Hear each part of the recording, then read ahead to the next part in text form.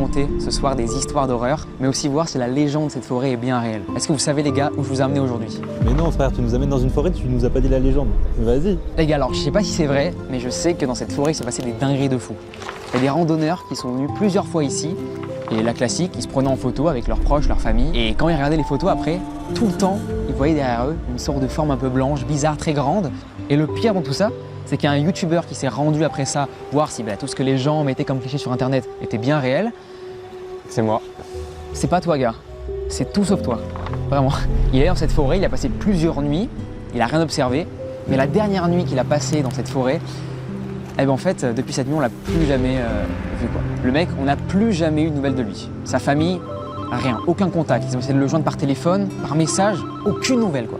Du coup, évidemment, il y a eu une enquête après tout ça qui a été faite. On n'a rien retrouvé, à part quelques affaires, mais on n'a pas pu identifier malheureusement aucune trace ADN. C'est très bizarre. En fait, l'enquête est hyper floue. On n'a pas pu du tout savoir à qui appartenaient ces affaires. Est-ce que c'était un randonneur lambda qui est passé par là un jour? Peut-être. Moi, j'y crois pas du tout, mais je trouve ça cool de vous raconter un petit peu l'histoire avant de commencer parce que c'est cool évidemment de mettre un petit contexte pour les gens, mais je pense que c'est faux. Vous y croyez? J'imagine que non. Moi personnellement, j'y crois pas. Non. On est d'accord, c'est faux pour moi aussi. J'aimerais avant qu'on commence les histoires, j'aime trop faire ça. C'est fou ce corbeau qui me terrifie. Ce que j'adore les gars avant les histoires, c'est qu'on se dise tous un petit peu une phrase qui nous fait un petit peu peur et qui nous fait penser à notre histoire.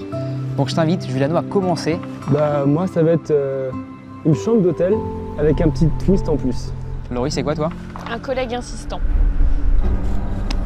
Zébro, c'est dans un avion et ça aurait pu terrifier n'importe qui. Moi je dirais une personne qui a des capacités hors du commun, mais un peu macabre. Et vous me demandez pas, moi c'est terrible, jamais on me demande à moi. Léo, alors dis-nous c'est quoi? Ma phrase, je dirais que c'est une forêt étrange, mystérieuse, avec une gourde maudite. Air up. Non mais... Ce soir, on risque de beaucoup parler pendant les histoires et heureusement, on a Air Up qui nous accompagne aujourd'hui pour une hydratation saine. C'est trop cool. Tu fais quoi? Je fais l'OP là. Ce qui est cool avec Air Up, mec, c'est qu'en fait, tu as des petits potes comme ça, tout simplement, et là, tu le mets hop sur la gourde et tu bois, tout simplement. Ah oui, ça permet d'aromatiser l'eau. Yes, 100% naturel, et là j'ai le goût banane actuellement. T'as tout faux, Léo. Le goût banane est en édition limitée. Mais en revanche, vous pouvez retrouver d'autres goûts. Cola, pêche, citron vert et même mon goût préf, mangue, fruit de la passion. Et maintenant, parlons de la rétro-olfaction d'Air Up. Alors c'est hyper simple, en fait en buvant de petites bulles d'air secret. Et ces dernières, renfermant l'odeur du pod, éclatent en bouche et sont ensuite captées par les capteurs olfactifs présents dedans. Et c'est alors que ton cerveau à toi, oui, a l'impression de boire une eau aromatisée. Et on a la chance les amis ce soir d'avoir avec nous les nouvelles éditions de Air Up, les gourdes Real Steel. C'est quoi Real Steel? Très bonne question, merci tout le monde la prod. Merci la prod. Ouais non mais du coup c'est quoi Real Steel? C'est une nouvelle en fait édition de gourde premium en inox, c'est hyper beau, t'aimes bien ou pas la couleur déjà? Franchement oui c'est pas mal, en plus couleur un peu crème, Yes. assez stylé. Et en plus de ça mec, c'est une gourde qui garde l'eau fraîche pendant 14 heures. Et en plus faut savoir qu'elle a un design, pourquoi tu... Excellent celui-là. Je vais bégayer, c'est chiant. Et en plus elle a un système de pod qui s'active automatiquement pour beaucoup plus de simplicité. T'es pas obligé de montrer comme ça. J'adore moi. Avec le code Léo les amis, vous avez 10%, c'est important de le noter. Hors offre en cours sur tout le site. Génial. Fais-moi un bisou, peut-être pas cool pour la marque en plus de ça. Donc merci beaucoup Air Up de nous accompagner. Bon, sans moi, vidéo, ouais bah oui. Bah toi, c'est pas ta chaîne et frérot. On commence avec ma première histoire. C'est faux. T'es tout faux encore une fois, c'est l'histoire de Juliano qui est maintenant.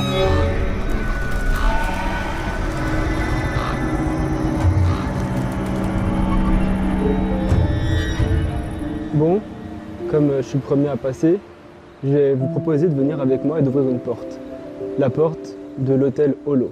L'histoire elle commence avec une jeune fille qui s'appelle Emeline. Elle nous vient tout droit de l'Indiana et c'est une jeune fille qui est belle, elle a de l'ambition, elle veut devenir secrétaire. Elle va faire la rencontre d'un homme qui s'appelle Henry Holmes. C'est un mec qui a un petit hôtel dans Chicago qui fonctionne plutôt bien. On est dans la fin des années 1800, les gens viennent une nuit ou deux comme ça parce qu'ils passent en ville et son affaire fonctionne plutôt bien. Fonctionne d'ailleurs tellement bien qu'il va devoir prendre une secrétaire. Cette relation qui de base était professionnelle va vite se transformer en amitié. Cette amitié va se transformer en amour. Et puis cette relation amoureuse va les amener à un truc qui finalement est plutôt naturel, va lui demander est-ce que tu voudrais dormir une nuit dans ce fameux hôtel. Elle va accepter. Et c'est la dernière fois qu'on va l'avoir en vie. Plus jamais on reverra cette fille. Pour comprendre ce qui lui est arrivé, il faut comprendre que l'hôtel, c'est pas vraiment un hôtel. En fait, les plans ont été dessinés par Henry Holmes et il avait vraiment une idée bien précise de ce qu'il voulait. En fait, si vous voulez, par exemple, dans chaque salle de bain, il a mis un grand miroir pour se maquiller, se démaquiller. Sauf que ce miroir, c'est une glace sans teint. Lui, il voit d'un côté, mais la personne ne voit que son reflet, elle ne voit pas l'autre personne qui la regarde. Donc dans chaque chambre de l'hôtel, il y a une pièce derrière les vitres avec une petite échelle et il descend le soir pour regarder les gens se déshabiller. Alors on pourrait croire que c'est un pervers. Bon, c'est quand même un peu un pervers. C'est un pervers, mais en fait pas vraiment parce que figurez-vous que, à part pour se rincer l'œil de temps en temps, il y va pour autre chose. Il a une petite manivelle qu'il peut activer. Oh. Ouais. Les bruits, ça met vraiment Ouais. l'ambiance, c'est fou. Il a une petite manivelle et cette manivelle, quand il l'active, il y a un conduit de gaz qui s'ouvre dans la salle de bain. Et la personne meurt asphyxiée. Hein? Son plaisir, c'est de la regarder mourir. Son vrai plaisir, c'est de regarder la personne mourir devant ses yeux. Alors ça, c'est quand vous aviez de la chance. Il faut savoir que dans cette pièce, à côté, il y a une autre petite pièce qui se ferme et qui est totalement invisible. Il faut savoir qu'elle est là, sinon on ne sait pas. Et si la personne ne mourait pas, elle était juste tombée dans les vapes, il amenait la personne et il la mettait dans cette pièce. Et donc il y a cette pièce, elle a deux particularités. Premièrement, elle s'ouvre que de l'extérieur. Deuxièmement, on ne vous entend pas crier. Elle est hermétique, elle est isolée phonétiquement. Ce qui fait qu'il y a des personnes qui viennent dormir et à côté d'eux, dans une pièce, il y a quelqu'un d'autre qui est en train de mourir de faim ou de soif. Et on ne le sait pas. Et ça, c'est encore une fois si vous aviez de la chance. Parce que parfois, il revenait dans cette fameuse pièce pour frapper, violer, et il repartait. Et il laissait les gens mourir de faim. Et ensuite, il allait récupérer les cadavres. Waouh. C'était pas son seul passe-temps. Oh waouh, le mec est vraiment zinzin quoi, jusqu'au bout. Eh bien, figure-toi qu'il avait une petite cave, mais c'était plus un laboratoire de Frankenstein en fait. Quand tu descendais, c'était une pièce vide avec seulement deux objets. Tu avais un four et des scies avec une espèce de planche en inox. Et dans cette pièce, il amenait les gens pour les accrocher, pour les torturer toute la nuit, pour les violer et pour les découper en morceaux. Et finalement, si on revient à notre petite amie Emeline, on a retrouvé des traces d'elle, mais que des traces. On va retrouver par exemple sa bague sous un lit. On va retrouver une partie de son squelette dans une université qui étudiait le domaine médical, non loin de Chicago. Et on va retrouver aussi des parties de son corps carbonisées dans un four. Il faut savoir que quand il a été arrêté, au début, on pensait qu'il avait tué environ 28 personnes, ce qui est déjà énorme. Au final, on pense qu'il est plus autour des 200. Pouah, c'est Et quand énorme. la police va entrer dans les lieux, ils vont découvrir plusieurs trucs assez intéressants. Premièrement, dans les armoires, il y avait des pièges. Ce qui fait que selon comment on ouvrait l'armoire, on pouvait se prendre une scie dans la tête et se faire décapiter. Dans la salle de bain, il y avait des scies qui pouvaient s'activer ou se désactiver en fonction de comment tu t'asseyais dans la baignoire. Tu pouvais te faire couper une jambe. Il y a d'autres trucs assez bizarres, comme par exemple des portes, et quand tu les ouvres, il y a un mur. Ou alors des couloirs, mais les couloirs ne mènent nulle part. Ou alors tu tournes indéfiniment. Il y a des escaliers qui mènent à rien, un plafond. En fait, c'était fait pour que si la personne s'échappe, elle puisse jamais ressortir de l'hôtel. C'est un labyrinthe quoi dans le. C'est comme la maison de Winchester. Et ce qui est fou, c'est qu'il avait mis un système où quand il fermait la porte, tu ne pouvais pas la réouvrir de l'intérieur. Ce qui fait qu'à la seconde où tu acceptais la clé, tu étais condamné. Impossible de sortir autrement. C'est lui qui ressortira pour venir chercher ton cadavre. Waouh, t'étais condamné à une mort certaine quoi. Et en plus, tu meurs tout seul, quoi. Tu meurs tout seul, soit tu es asphyxié, soit tu es torturé dans sa cave. Il avait combien d'étoiles sur Google Maps cet hôtel? Bah, en fait, personne ne pouvait mettre de notes puisque personne ne ressortait jamais, finalement. Et ça, c'est une histoire vraie. C'est une histoire qui est totalement vraie et elle est tellement traumatisante qu'elle a inspiré la saga Saw. Donc c'est de là qu'est tiré, c'est de ce mec-là qu'est tiré la saga Saw en fait. Mais comment on sait qu'elle est vraie? C'est vraiment une histoire qui est très connue. D'ailleurs, elle est tellement connue qu'en Angleterre, ils ont recréé le Holo Hotel avec les pièces qui mènent à nulle part, avec les chambres, et tu peux aller le visiter d'ailleurs. J'ai pas envie. Parce qu'il n'existe plus, le vrai. Non, il me semble qu'il a été brûlé. Ils ont basé une attraction, ils ont créé une attraction sur de la pure tristesse quoi, sur une affaire de meurtre quoi. Terrible, terrible. Il avait son bureau, et dans son bureau, il y avait une petite mallette d'environ 1,50 m sur peut-être 1 mètre, et il mettait des gens vivants dedans, et il faisait venir des clients pour signer quand ils rentraient ou quand ils partaient, tu vois. Et il y avait genre un mec qui était en train d'agoniser à l'entrée, genre, ou dans son bureau. Et on n'entendait pas le bruit. Parce Non. que c'était isolé phonétiquement comme les C'est pièces. ça. Et donc le mec entendait quelqu'un rentrer, il savait que lui aussi il était condamné du coup. Ouais, c'est ça. C'est terrible. Et c'est comme ça que se termine mon histoire. Bravo. Bravo. Bravo. Bah, super Merci. histoire, mec, bravo. vraiment. Merci. Laurie. Oui. C'est quand tu veux que c'est à toi.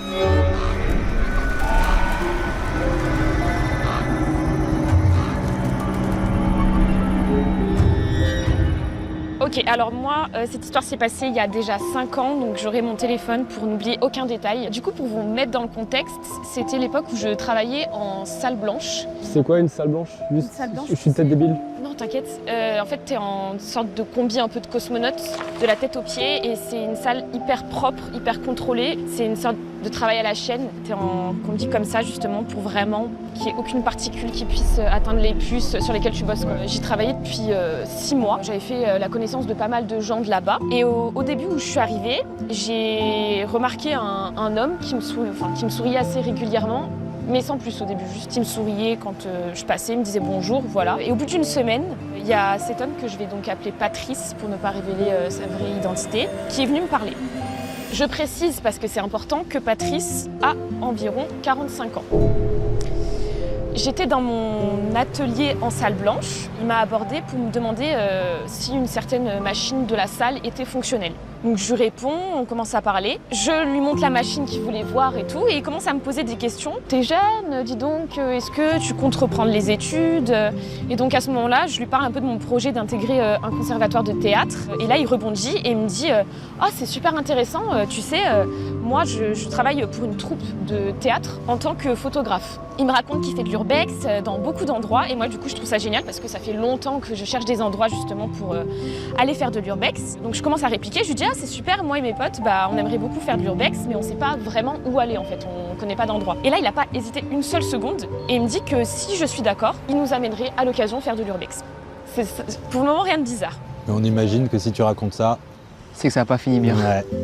Le lendemain, il vient de nouveau me voir du coup dans ma salle où je travaille, sachant que normalement on est censé vraiment être seul dans les salles où on bosse. Sauf s'il a quelque chose à faire, à récupérer ou quoi, il n'est pas censé venir dans ma salle où je bosse. À chaque fois qu'il vient me voir, il n'y a personne dans l'atelier complet. Je suis toujours toute seule, il vient jamais quand il y a des gens avec moi. Il vient me voir dans mon atelier, et là il me donne son pseudo Instagram pour que je le suive. Il me dit ouais, viens me suivre sur Instagram et tout, comme ça tu verras un peu mon travail, les photos que je fais. Au début je me dis ok, le mec veut juste que je regarde ce qu'il fait, bon, ok. Et le lendemain, il entre dans mon atelier et il me demande si du coup je suis bien allée voir son Instagram avec les photos qu'il fait. Je lui réponds que non, j'ai oublié, mais que je regarderai le soir même en rentrant. Et là il commence en fait à me parler d'urbex. Il devient hyper insistant. Surtout qu'en fait, il commence à me dire, au sujet de l'urbex, dans certains endroits, tu ne pourras pas amener tes amis parce qu'on ne peut pas y aller avec trop de monde. Ouais, ça commence à devenir chelou là. Ouais, Oh là, là c'est- là, il veut c'est- t'isoler en fait de tes potes. Et ça souvent c'est très mauvais Attends, signe. mais c'est pas le pire, je vous jure que c'est vraiment que le début. Du coup, le soir même, je vais voir son Instagram et tout, je l'ajoute et tout, et 2 minutes plus tard, je reçois un message de lui sur Instagram qui me dit « Hello, j'espère que tu vas bien ». Donc je réponds juste « Oui, je vais bien », c'est tout, pour pas engager le truc, parce que je trouvais ça un petit peu bizarre de parler sur Instagram avec un homme de 45 ans, alors qu'à l'époque j'en avais 18. Et après, je suis un peu parano peut-être, mais j'ai préféré garder mes distances. Le lendemain matin, je reçois un autre message sur Instagram de lui qui me dit « Hello, je passe te voir en salle blanche tout à l'heure ». J'ai pas répondu, j'ai lâché un vu. Je me suis dit qu'il allait peut-être me parler de l'urbex. L'époque, c'était quand on était en confinement. Et du coup, je voyais pas trop comment il allait vouloir organiser un urbex, étant donné que, vous savez, il fallait des autorisations pour sortir, tout ça. C'était très contrôlé, quoi, à cette époque. Dans l'après-midi, il vient me voir dans l'atelier, comme tous les jours depuis 4 jours maintenant. Je lui parle de l'urbex en essayant d'insister sur le fait que je veux y aller avec des amis et que je veux pas me retrouver seule. Du coup, il me répond la même chose qu'hier et il commence à me parler de tout et de rien. Et il repart 30 minutes après. Ouais, du coup, t'as pas précisé. Ton père, il travaille dans cette boîte, c'est ça? Ouais, en fait, mon père travaille en tant que cadre là-bas et il connaît le mec. Enfin, Et est-ce que le mec savait que t'étais la fille de ce mec-là? il le savait, mais en fait, mon père, par contre, n'était pas au courant qu'on se parlait et surtout, ils sont pas proches du tout. C'est pas un collègue de travail. C'est juste, il sait que c'est quelqu'un qui travaille ici, il le croise de temps en temps, mais sans plus. Le soir même, donc j'étais encore au travail et il était déjà venu me voir le matin. Là, je reçois encore un message de sa part sur Instagram. Et le message, il est trop creepy. Il me dit « Courage, plus que 2 heures ». Et ce qui est hyper chelou, c'est que je lui ai jamais parlé de mes horaires de travail. Et le mec savait qu'il me restait 2 heures à bosser. Donc je fais comme si de rien n'était. Je lui ai juste répondu « Oui, haha ». Alors que vraiment, derrière mon écran, j'étais en mode « What ?» Enfin, comment il sait ça? Je reçois un message un matin, encore une fois. Et le mec me dit « Hello, on va explorer une mine abandonnée avec une amie. est-ce que tu voudrais venir prendre la pause? Et surtout, dans le message, il me parle pas de la possibilité que j'emmène quelqu'un. Donc je lui réponds, hello, écoute, ça pourrait être cool, je pourrais dire à une amie de venir, point d'interrogation. Il m'a donné une réponse du coup qui m'a pas vraiment plu. Il me dit, alors non, dans cette mine, ça sera pas possible. Je viens te voir cet après-midi dans ton atelier pour t'expliquer. Ah. Donc là, je lis le message et je me dis, c'est une blague, genre comment ça? Il me dit non, que je peux pas ramener quelqu'un et tout. J'attendais avec impatience son explication et l'après-midi même, il vient me voir dans mon atelier. Patrice m'explique que je pourrais pas amener d'amis à la mine parce que l'ami qui vient avec lui tient à ce que l'endroit reste secret. Et comme l'endroit doit rester secret, je n'ai pas le droit d'amener quelqu'un. Et là, il m'a dit un truc qui m'a un peu fait peur. Il me dit, d'ailleurs, quand tu iras avec nous là-bas, quand on sera là-bas, tu devras dire à personne où tu es, parce que personne ne doit savoir où est l'endroit. C'est un endroit abandonné et le but, c'est que personne ne sache où il est. C'est un guet-apens, Bon, là. grave, le mec, il a tous les red flags possibles. Plus sérieusement, là, il m'a vraiment pas rassurée. Donc j'ai directement répondu, désolé, mais moi, je veux que mes parents soient au courant d'où je suis. Et il me répond, je vous jure, ne t'en fais pas, j'en ai déjà parlé à ton père. Le mec a pris l'initiative, sans savoir si j'étais d'accord, d'aller voir mon père et de lui parler déjà de cette histoire. Mais c'était un mytho, ça. Ton père, il a dit quoi après? Attendez. Et là, du coup, je me suis dit, mais de quel droit il va parler de ça à mon père comme si c'était déjà fait, alors que je lui ai même pas dit oui, quoi. Et il m'a même dit que son amie voulait me photographier parce qu'elle prépare un livre d'auteur et qu'elle voulait que je sois celle qui fasse la couverture du livre. Puis j'y réfléchissais, puis je me disais, cette fille, elle me connaît pas. Elle sait pas si je pose bien.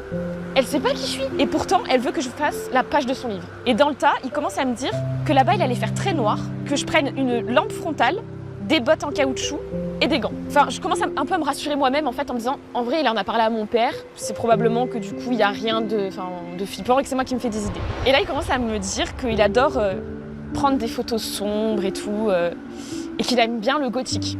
Et sur le tas, il me lâche. Un jour, j'aimerais bien prendre une photo avec quelqu'un et des chaînes. Le soir, je rentre tranquille chez moi et je vais voir mon père, qui était donc devant la télé, et je lui dis que j'ai besoin de lui parler de quelque chose et que je voulais avoir son avis. Donc je vous refais la conversation. Papa, tu penses quoi de Patrice au travail? Lui, il me répond, je le connais pas vraiment, même presque pas. Mais aujourd'hui, il est venu me demander si j'étais d'accord pour qu'il t'emmène faire de l'urbex. Je lui ai dit que oui, mais seulement si c'était sécurisé. Et du coup, je lui réponds, mais ça te dérange pas que genre j'y aille juste avec lui, qu'il n'y ait personne et qu'en plus, c'est une mine abandonnée? Je lui dis, ça m'étonne de toi parce que, en plus, tu me dis que tu le connais pas trop. Et je dis, papa, t'es sûr que t'as toutes les infos? Et là, il a l'air hyper étonné et il me dit, quoi?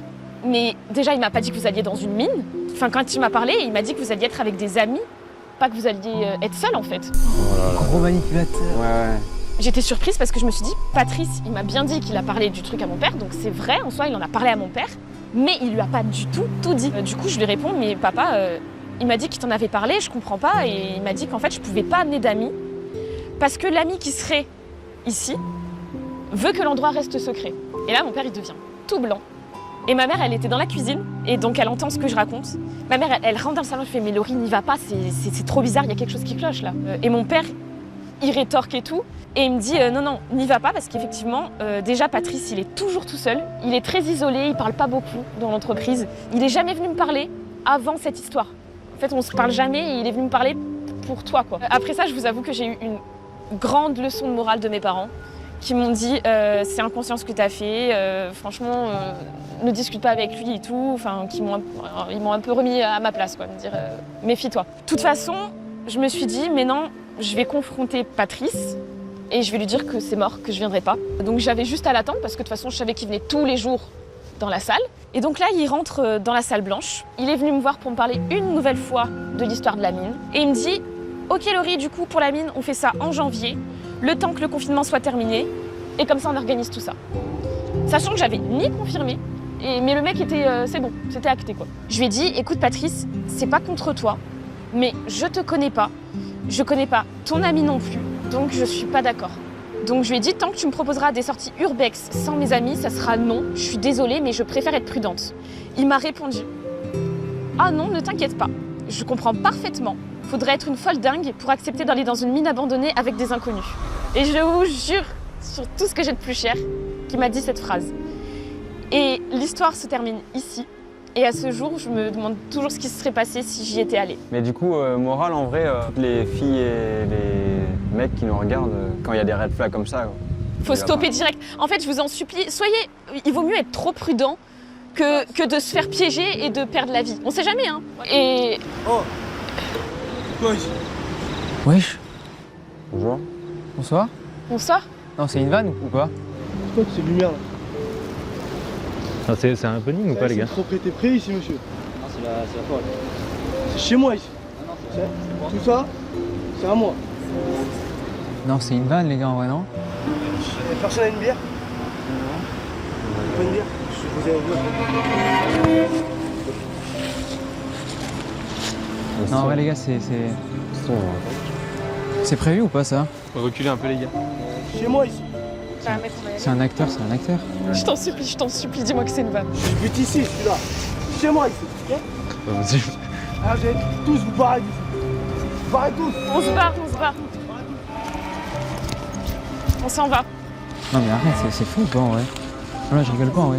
Mais les gars, la prod, ils réagissent beaucoup trop peu. Non, c'est un happening, c'est pas possible. Arrêtez, je vais faire une crise d'angoisse. Je suis sujette aux crises d'angoisse, je vous en supplie. Mais attends, il faut pas tout le monde. Wesh. C'est là. T'as ta lampe? Non mais arrêtez. Et quoi, je il vous va jure. baiser qui là? Qu'est-ce qui se passe? Putain de merde, qu'est-ce qui vient de se passer? Les gars, venez, on se reçoit tranquillement, on débriefe ça aux gens. Les amis, on vient de vivre un truc très bizarre. Laurie racontait son histoire tranquillement. Il y a un mec qu'on ne connaît pas. La prod a été choquée parce que oui, on a introduit une équipe de prod là actuellement pour le tournage. Il y a vraiment un vrai gars premier degré qui nous a vraiment Il fait avait l'air peur. un peu éméché et qui avait l'air énervé qu'on soit dans sa forêt, d'après ce qu'il dit.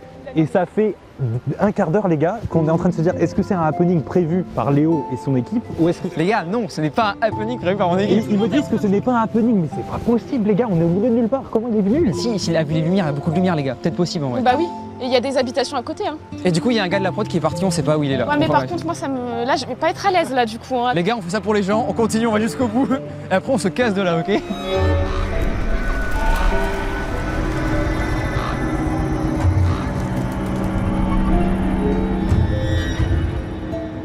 C'est une histoire qui m'est arrivée personnellement. C'est pas un truc que j'ai inventé ou quoi. Donc je vais vous raconter. Ça s'est passé quand j'étais petit. J'avais entre 10 et 12 ans exactement, je me souviens plus exactement. Et ça s'est passé en été. Parce qu'en fait, quand j'étais petit, j'allais très souvent, tous les étés, dans une maison qui appartient à un membre de ma famille. C'est une maison de famille qui sert un peu de maison de vacances, où quand on y va, on se retrouve là-bas et on y va à chaque fois à plusieurs familles. Donc on est genre, je sais pas, une petite dizaine. C'est une maison qui n'est pas très luxueuse, elle est dans un endroit totalement paumé. C'est une vieille maison en briques, etc. que moi je détestais aller là-bas, il n'y avait pas internet, il n'y avait rien. Mais j'étais bien obligé d'y aller. Ouais, ça fait flipper.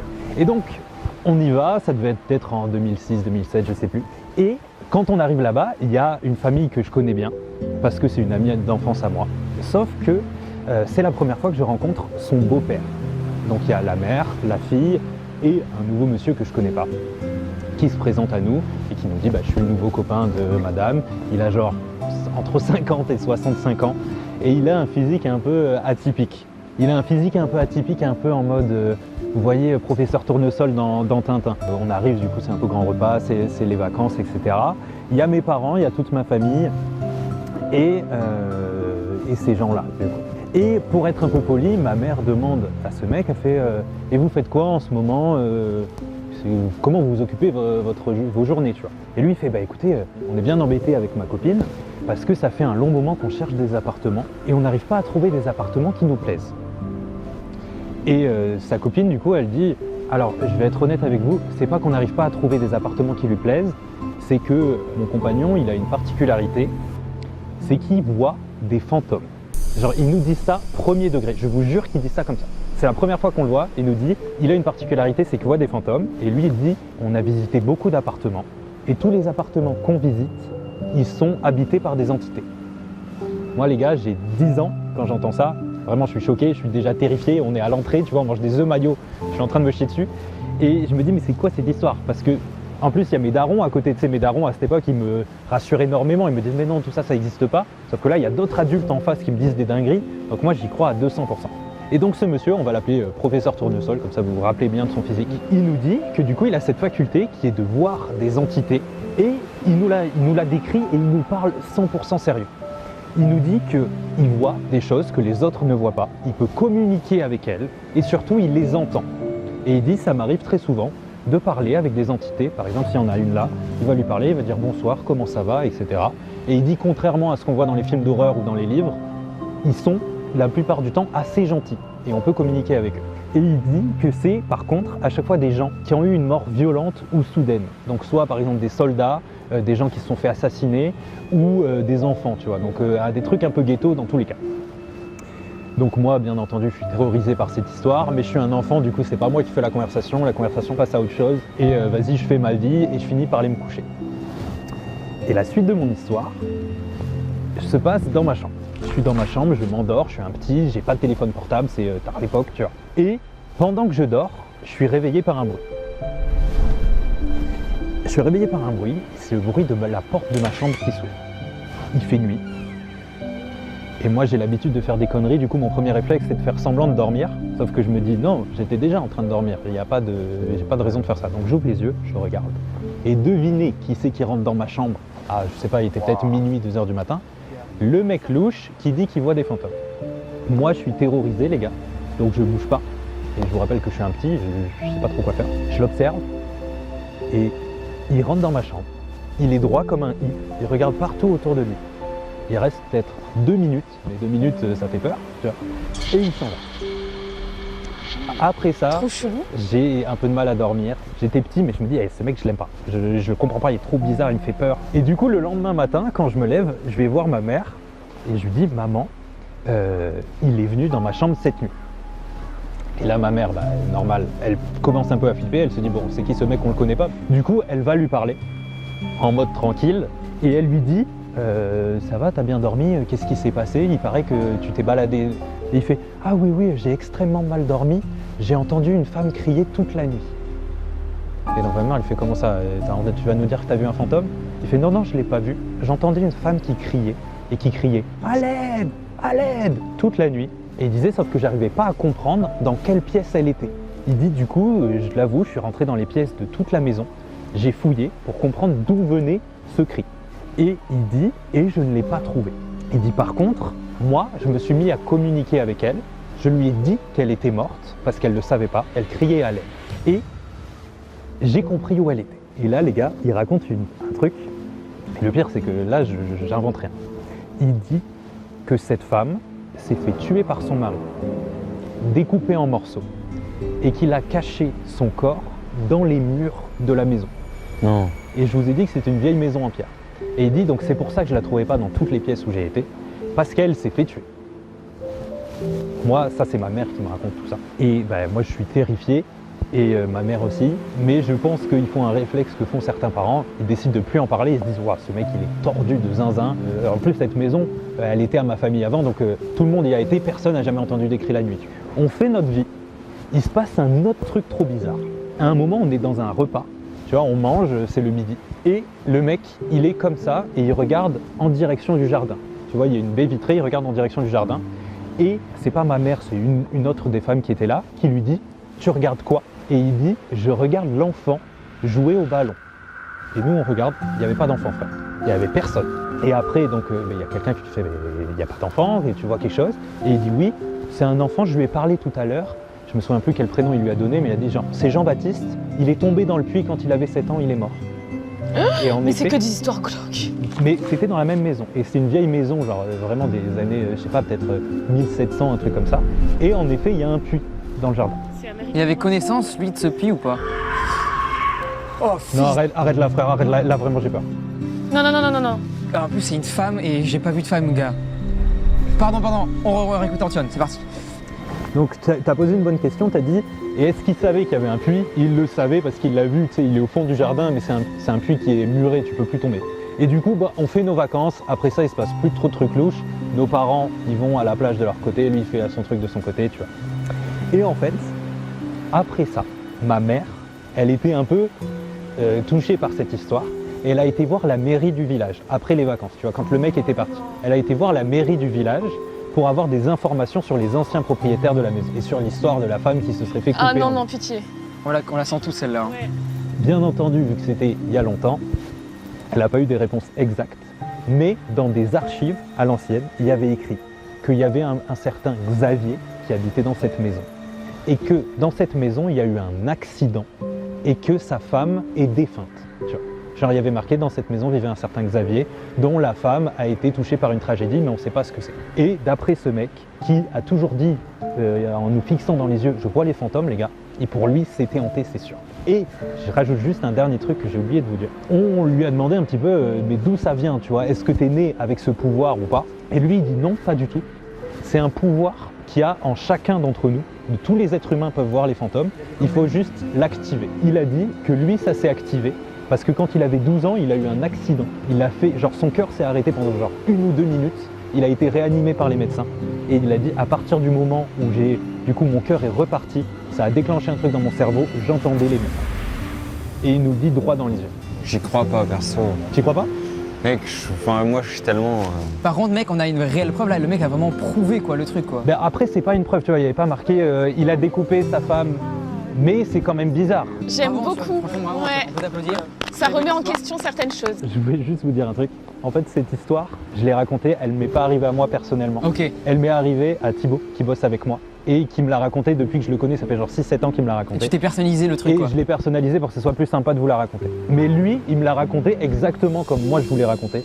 Et c'est lui, il l'a vécu. Si tu lui demandes, il te décrit le mec, il peut te le dessiner, il te dit tout ça c'est vrai, tu vois. Et c'est quoi ton avis par rapport à ça? Je vous avoue, j'ai pas trop d'avis, je sais pas quoi en penser. Tu sais que moi, en vrai de vrai, les gars, tu sais que je reçois beaucoup de mails de personnes Qui te témoigne. qui vraiment témoignent de choses inexplicables pour la plupart. Des prédictions comme ça, hyper étranges, des ressentis. Et pour que, genre, tu vois, 400 personnes m'envoient ça sur un mois, j'abuse un peu dans les chiffres, mais Oh putain. J'ai des frissons de baiser, frère. ça m'a mis des frissons, sa mère encore. Putain. Ça, mec, ça fait tellement peur. Mais on dirait une femme, vous trouvez pas? On dirait une femme qui crie en fait.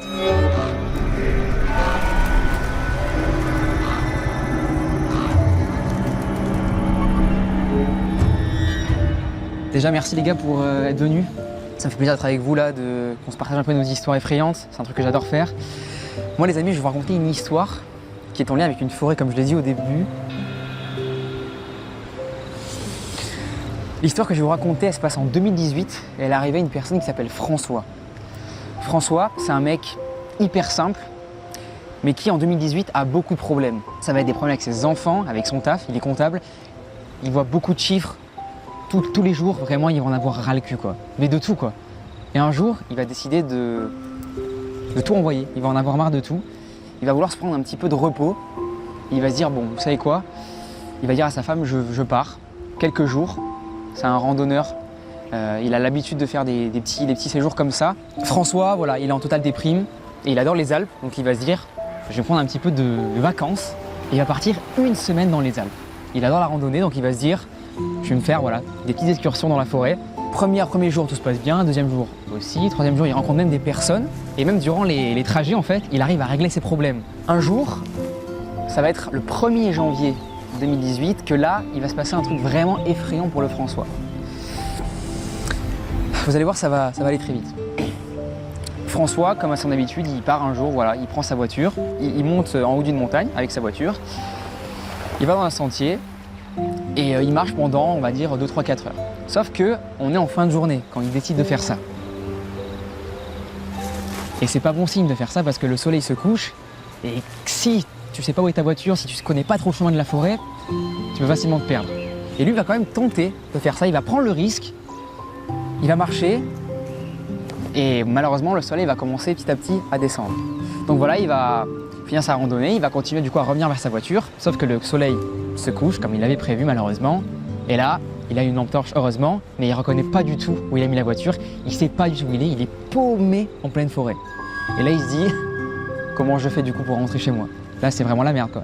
Il marche pendant 1 heure, il trouve rien. Pas du tout la voiture. Il sait pas du tout où il a mis la voiture. Et là, du coup, il est comme nous actuellement, en forêt, mais tout seul. Il n'est pas en une équipe de prod. À 4, non, là, il est tout seul dans la forêt, perdu avec lui-même et ses pensées. C'est horrible, la sensation, vous imaginez, elle doit être horrible. Bah ouais. Il continue à marcher pendant encore plusieurs heures jusqu'à qu'il trouve quelqu'un, de l'aide. Mais non, évidemment, il n'y a personne dans la forêt, il est tard. Il verra personne. À part une chose, il va diriger sa lampe torche vers un endroit devant lui. Et là, il va voir en fait un petit carré. Il va voir un petit carré devant lui et il va se rapprocher de plus en plus. Il va voir en fait que c'est une petite cabane en bois. Et il va se dire, putain, yes, il y a de la vie quelque part dans cette forêt. J'ai de la chance. Peut-être que quelqu'un pourra m'aider dans cette cabane. Bon, il a peur sur le moment que ce soit abandonné en fait, parce qu'une cabane en pleine forêt comme ça, paumée, c'est quand même hyper chelou. Personne n'habite en pleine forêt comme ça. C'est une forêt immense. On est dans les Alpes, perdu, c'est impossible qu'un mec habite là. Donc il va se dire peut-être que c'est les toilettes publiques en bois, très bizarre, mais bon. Il va essayer un peu de théoriser, mais il ne sait pas pour l'instant ce que c'est. Donc il va s'approcher, toquer, il va ouvrir la porte et se rendre compte qu'en fait il n'y a personne en fait. Ok, un refuge peut-être aussi. Il sera en refuge. Le truc bizarre dans cette maison, il va l'observer directement. En fait, déjà cette cabane, cette sorte de petite bicoque est très petite. Et en fait, il y a juste un lit au milieu. C'est hyper space. Il n'y a vraiment rien. Pour l'instant, il voit rien. Il voit juste devant lui un lit. Et là, à ce moment, il comprend pas. Là, il trouve ça très bizarre, mais il s'inquiète pas trop parce qu'il a peur. Il se dit, oh putain, c'est sûrement un gars. Et du coup, il lui dira au gars, s'il arrive pendant la nuit, peut-être qu'il est parti en fait entre-temps, je sais pas, chasser ou je sais pas quoi pendant la nuit. Il a fait peut-être sa petite balade routinière. Du coup, bon, tant pis, il le préviendra s'il revient qu'en fait, il n'avait pas d'autre solution de dormir là parce que il est paumé en forêt quoi. Et au même moment où il réalise ça, il entend un bruit de pas. Et là, il se dit, oh putain, le mec revient, donc je vais le prévenir. Il va du coup à l'extérieur de la cabane, personne. Il demande s'il y a quelqu'un, personne ne lui répond. Avec sa lampe torche, il regarde un petit peu les environs, personne. Bon, très bizarre. Alors il va re-rentrer, et ce qu'il n'avait pas vu au tout début, parce qu'il était focus sur ce lit, il va voir plein de tableaux autour de lui, qui sont disposés un peu partout. Mais surtout à sa hauteur quoi. À droite, un à gauche et un devant lui. Et ces tableaux, ils ont un truc assez particulier. Sur tous les tableaux qu'il y a dans la pièce, il y a des personnes avec des visages inhumains, comme s'ils se forçaient à sourire. Alors lui, ça va le mettre dans un état pas possible, il va être terrifié et il va se dire « Waouh, ok, je vais dormir là, c'est chaud, mais bon. » Donc il va s'endormir sans se soucier de ça, voilà. Il va passer une agréable nuit en vrai. Hein. Le lendemain, il va se réveiller et là, il va se rendre compte avec effroi, il va vraiment être tétanisé de peur. Il fait jour, du coup il voit tout ce qu'il y a devant lui. Il se rend compte qu'en fait, il n'y avait pas du tout de tableau dans cette cabane, il n'y avait que des fenêtres. Oh non. Ouais, je la connaissais. Et c'est la fin de mon histoire. Elle est incroyable. Elle est super. Tu sais que c'est mon histoire d'horreur préférée, mec? C'est vraiment ma préférée. Du coup, quand t'as parlé du lit tout seul dans le chat, j'ai fait oh. Alors, il y a plein de théories sur cette histoire. Est-ce que c'était des entités paranormales? Donc, est-ce que c'était des gens en fait à la fenêtre qui souriaient comme ça, qui l'observaient dormir? On ne saura jamais. Putain, c'est ouf, c'est trop bien, mec. J'adore, c'est une sorte de creepypasta un petit peu étrange. On n'a pas de vraie fin à cette histoire. Est-ce que c'est vrai? Est-ce que c'est une fiction? Ça vous a plu, les amis? Oui, Trop bien. c'était trop bien. Mon gazébro, mon duo divertissement. Je suis en description d'ailleurs. C'est une zébro, il est beau. Ouah, mec, tu peux avoir l'air un peu moins content d'être là. On dirait le mec bourré de tout à l'heure. Ouais, il a autant de dynamisme. Je t'en prie, mec, tu peux nous raconter ton histoire effrayante.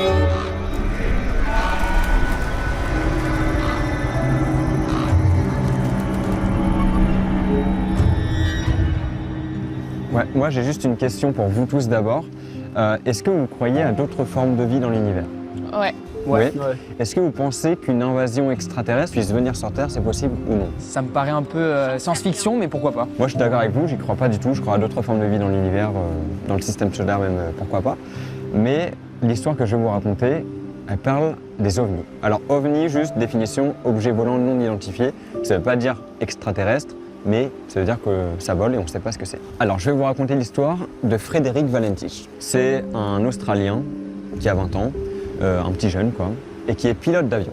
Alors il est passionné d'aviation et il a 150 heures de vol à son actif, ce qui est vraiment pas mal. Il faut savoir que c'est pas un pilote professionnel à proprement parler, il est expérimenté mais pas trop non plus. Il a tenté d'entrer dans la... Alors je crois que c'est Air Force, Australian Air Force, un truc comme ça, mais ça a été un échec parce qu'il n'avait pas le niveau scolaire suffisant.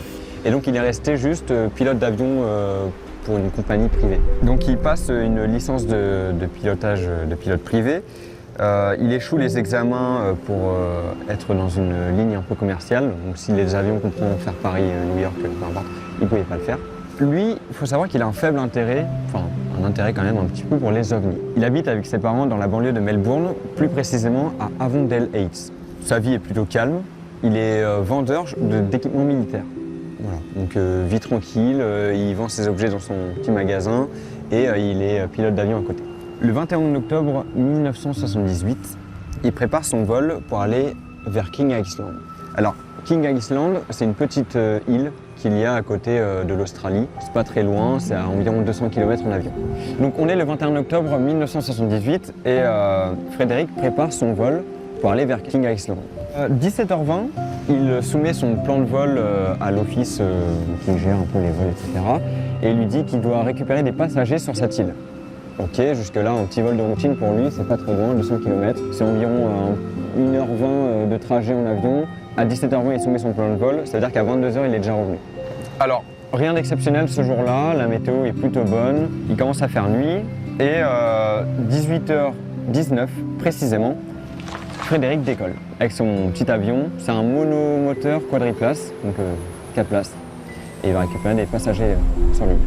Alors, pour un petit peu plus de précision, pour ceux qui s'y connaissent en aviation, il pilote un Cessna 182L. Et immatriculé, ça peut être important pour la suite, VHDSJ. Ah oui, à savoir aussi, c'est un avion qui est loué et qui avant appartenait à l'armée australienne et qui avait été utilisé pour faire des photos prises du ciel, etc. Donc voilà, mais après il a été revendu à une boîte de location et maintenant c'est Frédéric qui loue cet avion et il l'utilise. Il décolle, il vole vers le sud-ouest en direction du littoral pour rejoindre l'océan. Il est 19h environ et il approche du cap d'Otway, à moins d'une heure de vol. Il opère un virage à gauche vers le sud et il survole le détroit de Bass en direction de King Island. Donc là, dans son plan de vol, il est bientôt arrivé à l'île. Sur l'île, il va commencer à traverser l'océan. 19h06, il a un premier contact avec Melbourne, donc là où il a décollé, Melbourne Flight Service, ça s'appelle. Et il signale même la présence d'un objet qui vole. Donc il demande s'il y a un autre avion à proximité de lui, en dessous de 5000 pieds. La tour de contrôle lui dit non, il n'y a aucun trafic identifié. Et lui, il dit qu'il voit comme un aéronef avec 4 lumières très puissantes voler en dessous de lui et qu'il se déplace très rapidement et de manière plutôt aléatoire. Ok, chelou.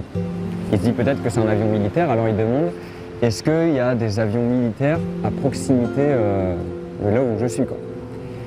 La tour de contrôle lui répond non, aucun avion militaire est présent sur les radars. Il n'y a que lui sur les radars. Un autre.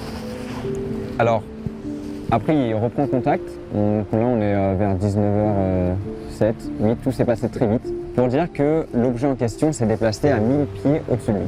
Là, à la radio, il semble plutôt nerveux et il demande du coup s'il n'y a vraiment pas d'avion de chasse à côté de lui.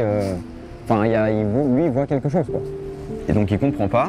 Et la tour de contrôle lui répète encore une fois, non, aucun avion n'est dans la zone. Donc, Frédéric, il dit que l'avion s'approche de lui depuis l'est. Il s'approche dans sa direction. Il le voit s'approcher.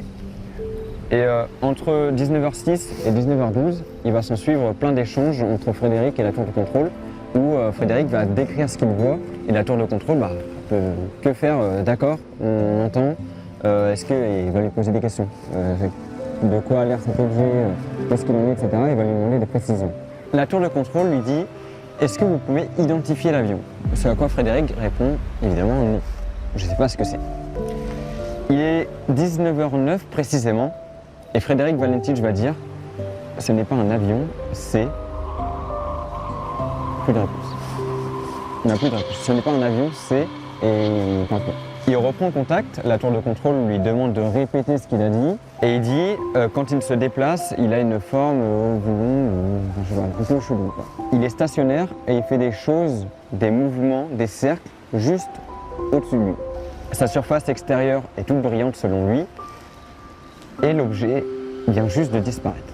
Donc là, on remet un peu les choses dans leur contexte. Il est en avion, au-dessus de l'océan, et il y a un objet assez chelou qui vole à côté de lui, qui vient de disparaître. La tour lui demande, est-ce que l'objet vient de disparaître? Pour lui reposer la question et de confirmer. Il ne parle pas, il reprend contact pour dire, l'objet vient de réapparaître.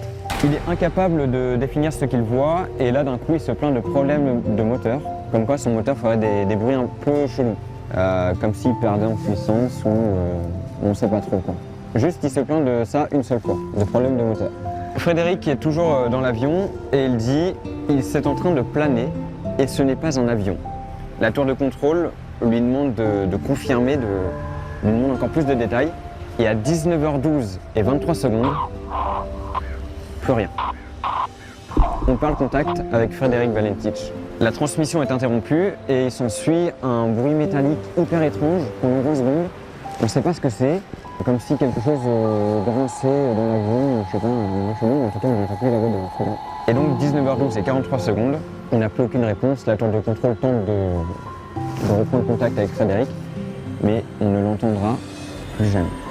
Oh, Évidemment, juste après ça, la tour de contrôle envoie des avions partir à sa recherche.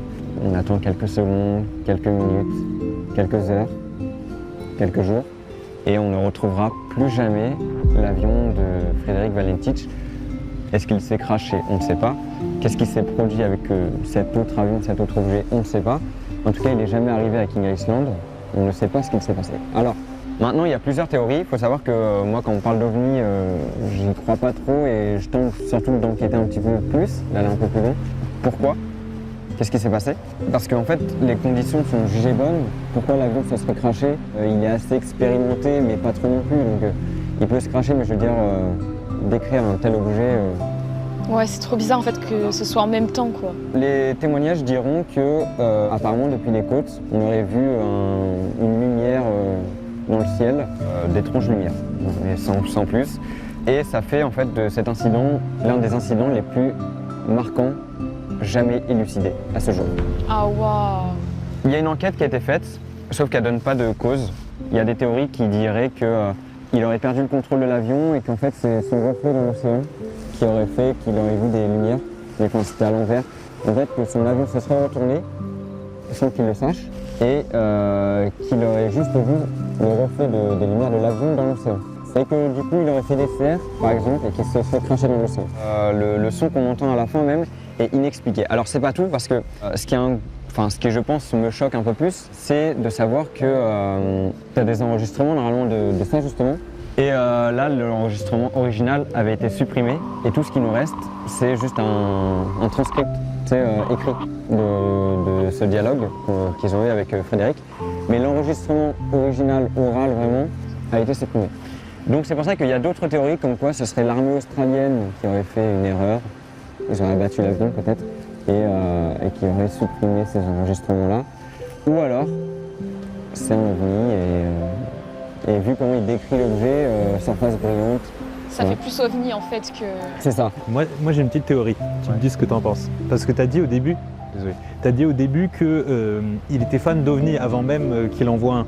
Est-ce que le mec il aurait pas tout orchestré pour justement crédibiliser une théorie d'OVNI? Tu vois, parce qu'il était tout seul dans l'avion. Ouais. Ça se trouve, il s'est dit « Ah, ça serait trop un banger si j'ai inventé une histoire et qu'on me croyait. » Et il s'est dit « Si je suis tout seul à voir le truc, parce qu'on voit rien sur les radars, tu vois. Les ovnis, ça peut potentiellement exister, mais on peut les voir sur les radars, tu vois, s'il y a quelque chose de physique. » Et peut-être que lui, il a tout inventé, il a dit oh, je vois un truc, il a arrêté de répondre. Tu vois, c'est bizarre, il dit « Il est une forme, c'est un... » Et il donne pas la réponse. Et peut-être qu'il s'est volatilisé après ça, tu vois, il est peut-être pas mort. Et il a changé de vie, et il s'est dit let's go, j'espère que ça va faire parler et que ça va lancer une théorie. C'est ce que je me suis dit, mais en vrai, quand tu vois que ça s'est passé en 1978 et que t'as plus aucune... Enfin, il est parti disparu et mort, on présume mort à l'heure actuelle. Est-ce qu'à cette époque-là, on n'aurait pas pu le retracer les trajets d'avion étaient traçables, non, j'imagine? C'est impossible. Il aurait quoi brouillé peut-être les signaux radars? On a aussi supposé qu'il aurait pu prendre des substances et imaginer des choses, etc. Mais c'est pas quelqu'un qui était comme ça. Tu vois, selon les dires de sa famille, etc. C'était quelqu'un de plutôt calme, qui était plutôt réglo, qui faisait bien les choses, même s'il a échoué pas mal dans la vie, notamment pour entrer dans l'Australian Air Force. Est-ce que justement il n'aurait pas voulu se mettre un peu en lumière parce qu'il n'en avait pas beaucoup, il échouait beaucoup dans sa vie, beaucoup d'échecs. Est-ce qu'il n'a pas voulu justement qu'on parle de lui? Ça on ne le saura jamais malheureusement. Il aurait réussi parce que tu parles de lui. Et il aurait réussi, mais à ce jour, voilà, c'est l'une des histoires les plus marquantes qui n'ont été jamais élucidées. Et personne ne sait expliquer ça, les experts s'y sont confrontés. J'adore. Et là on va se faire tuer, c'est ça? Faut qu'on se casse là, peut-être. Ouais, On va se barrer. On n'oublie pas les gourdes. Moi je protège avec Air Up. Ouais.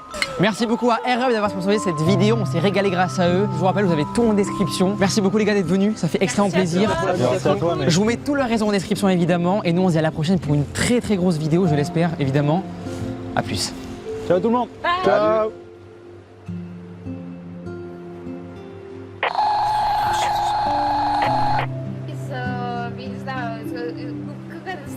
баба, и на ковре из 5000-ных купюр потянешь. Вот, и я угорнула с этого и подумала, что мне нужно такое название, да. Короче, смотрите, ребят, как вам мой горшок? Я не понимаю, что такое связано СВВ, Великая Отечественная война, тогда ВОВ. Да, это как бы ничего не значит, поверьте. Это типа я такая капризная сучка, и вам такая говорю, вы потянете? Типа, ой, даже можете не пытаться, ребят, да. Короче, как вам мой шедевр? Можете цветы убрать, здесь будет настоящий цветок, здесь будет земля и настоящий цветок, поняли, да? Я вам про горшок, как вам, ребят? Блин, Ренат, ясно, мы не пытаемся. Да я знаю, ребят, можете не пытаться. Вам нравится? Ну реально. Короче, ребят, сколько денег вы бы вот оценили этот шедевр человечества? Вот сколько? Вот, горшок вот такой вот. За сколько бы вы купили его? Горшок зачет. Вы никогда не говорили мне таких комплиментов. Ребят, вы уверены? Посмотрите получше. Ну вот представим, что так и стоят цветочки. Ну или цветок какой-нибудь. 50, Оля, он просто... Нет, ну реально, вот вы бы такие пришли в магазин, и вот, ну, хорошо, вы бы за него отдали 500 рублей. Или нет, просто интересно. Ну, я считаю, что да. Короче, ребят, я этот горшок хочу, конечно же, оставить себе, потому что он мне реально нравится. Все, сегодня закончилась последние все вот эти вот манипуляции с ним. Кто не понял, этот горшок сделала я своими руками, ребят, да. Нет, Twitch работает, все хорошо у меня. Я не знаю, у вас тоже все должно работать, это вы там что-то понакладывали себе. Вот, значит, я его оставляю себе, он мне действительно очень нравится. Да, в жизни он выглядит, наверное, похуже чуть-чуть. Хотя, если я просто знаю косяки какие-то, поэтому я на них смотрю.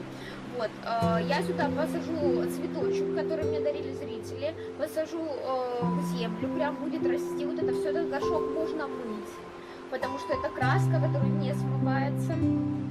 Вот также я куплю еще поддон вот такой вот, разукрашу его тоже вот в такой вот розовый оттенок. Короче, я его вот оставляю себе, да. Этот горшок. Короче, ну я буду создавать дальше следующие горшки. Нет, ребят, я его вообще не на продажу делала, я рада, что у меня вот это вот получилось, мне кажется, это симпатично. Но, конечно, если кто-то захочет когда-нибудь купить этот горшок, я могу его продать, но не очень-то и хотелось бы, знаете. Так. У меня все работает, ребят. На Озоне по 30 такие. Ну так скинь ссылку, где 30 рублей, сука, такое стоит на Озоне. Скинь. Я продам минимум за двушку, потому что я в рот выебала здесь. Так еще знаете, сколько краски потратила? Короче, сегодня мы переходим к следующей вазе. Она уже загрунтована. Короче, я решила вот эту вазу загрунтовать. Короче, ребят, я взяла грунтовку, загрунтовала эту вазу. Это я еще не придумала, это будет ваза или горшок. Если горшок, то придется дырявить дырки. Если ваза, значит не придется. Вот. У меня тут концепция тоже невероятная. Я хочу покрасить его в такой, знаете, лиловый, либо бледно-голубой цвет. И использовать, возможно, термонаклейки специально.